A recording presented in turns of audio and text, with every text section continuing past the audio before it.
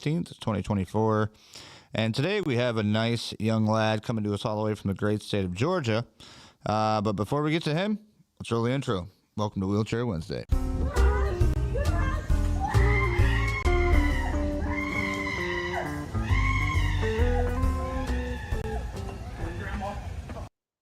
All right, everybody, let's welcome to the show, Mr. Ben Oxley. What is up, my friend? How are you? What's going on, man? How you doing? Doing pretty good. Doing pretty good. So before we get to going here, why don't you just introduce yourself, tell people who you are and your situation. I'm Ben Oxley, a.k.a. Crazy Wheels that have CP. I do a podcast. I'm on Instagram, TikTok, and all that good stuff. So you can find me on all your social medias. Nice. Yeah, we'll put the link in there too as well so people can check you out. Now, typically we talk to a lot of spinal cord injury people, but we still have some questions that we're going to kind of maneuver around the cerebral palsy issue. But by all means, you answer however you want. You know what I mean? Okay. So the first question I normally ask people is how it happened. Now, CP is something that's like hereditary, right? Yeah, I was born with it. So I was born at 2 pounds, 6 ounces, and basically the oxygen was cut off my brain, so I couldn't breathe. So they pulled me out, and I kind of like couldn't breathe for a second. And I went up and down, and I don't know too much of that because, I was young, and we went through the courts and stuff. So, yeah, I don't know too much of what happened. But I have I made case law because my parents actually tried to sue the doctor. So I was the first case with CP to go all the way to the Supreme Court. Oh, no kidding. Yeah, so all the things you see about get money for CP, I was the first one to ever do that. I was the first one that ever made Supreme Court. Nice. I'm going to give you a round of applause for that. Keeping up the good fight. Wheelie Awesome Adventures tagged in and said, "What up, Ben?" Spencer from Florida here. Good to see you, Spencer. Now, CP, we don't get a lot of people with CP on here. Why don't you go ahead and tell kind of what cerebral palsy does kind of to your body? Well, CP affects your motor skills and your fine motor skills. So I'm not able to really zip my jackets up and dress. So the more things you tell your body to do, the less you're able to do. So if you tell me to put my shirt on and a hat on at the same time, or wash my butt and scratch my nose at the same time, it kind of gets crossed up. So what I like to tell people is like a radio wave that kind of gets crossed up. And in the meantime, your body trying to do something. Right. Understandable. Stormy and friends, what up? Good to see you. Well, this is a question that I ask somebody all the time, and it's I guess it could kind of go with your situation, is would you walk if you could? Now, how old are you now? I'm 37. So you've been dealing with this your whole life. Yeah. If you could go back, man, and start all over again, would you do it, or would you just stay where you're at? Sometimes, I'll be honest with you, sometimes I feel like I want to be able to walk because, I get tired of waiting on people, and I always just wish I could get up and go to the refrigerator, and I wonder what that feels like. But at the same time, I don't feel like I would be able to make the impact and touch people the same way because I meet so many people, and I teach them so much about disabilities that I don't know any other way, and they say that I'm such an inspiration and all that stuff, and I don't feel like I would touch people's life the same way I do if I didn't have a disability. Right. Yeah, absolutely understand that for sure. So you would kind of just stay where you're at, run the course. Yeah. Yep. Awesome. Yep, I'm with you, bud. What about dating / married? Actually, I have a girlfriend now. She has CP, the same disability I do, but she can walk and do things. So she's kind of like my leverage. So I kind of help her out with some things that she goes through, but it affects her more, not mentally. I have more physical issues than she does. So she's able to walk and do things that I can't do. So we help each other that way. Nice.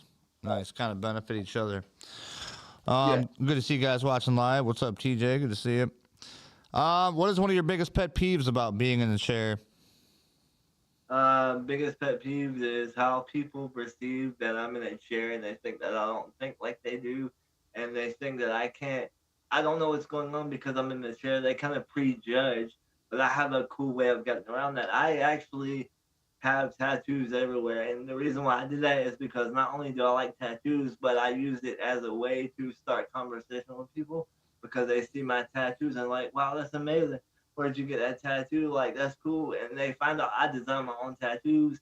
So I've been in like Ink Magazine and I, to have a podcast of email, interviewed rock stars and stuff. So that's the tattoos are kind of a gateway into asking questions about the disability. Talk about tattoos first and what I've done, and then it goes into the disability. How did you get in the chair? Like, what is the effect? And then by the end of the conversation, and they get to know me for a while, they forget that I'm in a chair. Right. Yeah. Yeah. It's people. A lot of people underestimate the abilities of the disabled. I think as a whole, Yeah. you know what I mean? Absolutely. Because everybody, even just like me, I mean, another spinal cord injury that's the same exact injury as me is going to be different, just like you know what I mean? Like everybody's still an individual. Yeah. Well, I love seeing your videos and you shooting guns and stuff like that. That's awesome. Thanks. Yeah, I need to do more of that, to be honest with you. It's starting to get cold up here in Michigan. It's probably like about 50 something degrees out now, but it's going to be colder here soon. What is one thing that you wish that you could do that you can't do right now? One, I wish I could go on tour with musicians, man, and just work with that, and just probably do some tattooing, man. I love tattoos, and I love creating my own tattoos with clip art. I wish I could actually start a life and actually work for bands and do more of that. I've actually tried to start my own promotion company. Yeah, I seen you had some pictures with Corn or something like that. You were going on stage. Morgan Rose twice of Seven Dust, and I actually got on stage with Slipknot illegally. So yeah, that's a whole nother. There's actually the story's actually on my podcast. I'll give you the links and you can put it there. But yeah, I got on stage with them illegal, and I felt. Oh, there you go, folks. That's the attitude you gotta have. What up, TJ Ireland? Good to see you. Yeah. All right. This is one thing that I need to add in here because earlier before you had your caregiver helping you set stuff up. Now, how much do you have a caregiver? How long throughout the day? Is it just like a part-time thing or a full-time? Or I have a caregiver. It's 5 days a week for 8 hours from 9 to 5. And that's got to be a huge help because I know even with me getting cared just 4 hours a day, I couldn't do half the things I get done without a help. You know what I mean? I hear you. I don't know if you know about this, but I'm on the Medicaid waiver program. A lot of me, and I've actually done a documentary about the Medicaid waiver program and the services we date. So I like to bring awareness to that as well. Right, for sure. Yeah, and like I said, we're gonna try to get as many links as we can for you to put out there, so people know where to find you. All right. As usual, I'm having camera issues, but it doesn't matter. Everybody can see me. You can see me. It's all good. What about pain levels? Do you have any pain? Honestly, I don't. But I will say with it getting cold, my muscles get really stiff, so I hate to go outside in the cold. And if I don't take my medicine, like if I forget my medicine, I'll be really stiff in the morning. It's hard to move my butt. Right. I can imagine. What do you think the biggest thing is that helps you from day to day?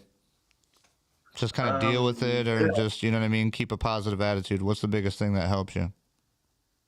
Staying focused on my goals and doing my podcast and doing my social media work to reach people and educate people as much as possible to shatter the stigmatism about people with disabilities that we can't do anything. So I'm always looking for somebody to be on my podcast to educate somebody or do a video of something that somebody needs to know, or just me doing something cool that somebody think, wow, I didn't think somebody with a disability could do that. Right. For sure. I like it. What about, we talked about your hobbies, so like podcasts and stuff like that. What else do you like to do? I love to go to concerts.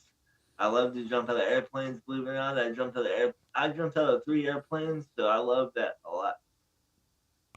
Nice. I would never have pictured you jumping out of an airplane. Oh yeah, 3 times. I love it. No, and man. Almost died twice and still love it. 3 times, almost died twice, but I bet you'd go again, wouldn't you? Oh yeah. That's awesome. Salute to you, my friend. Couple more left. What about traveling? Yes, I do hope to travel this year. Me and my dad are actually going out with his best friend.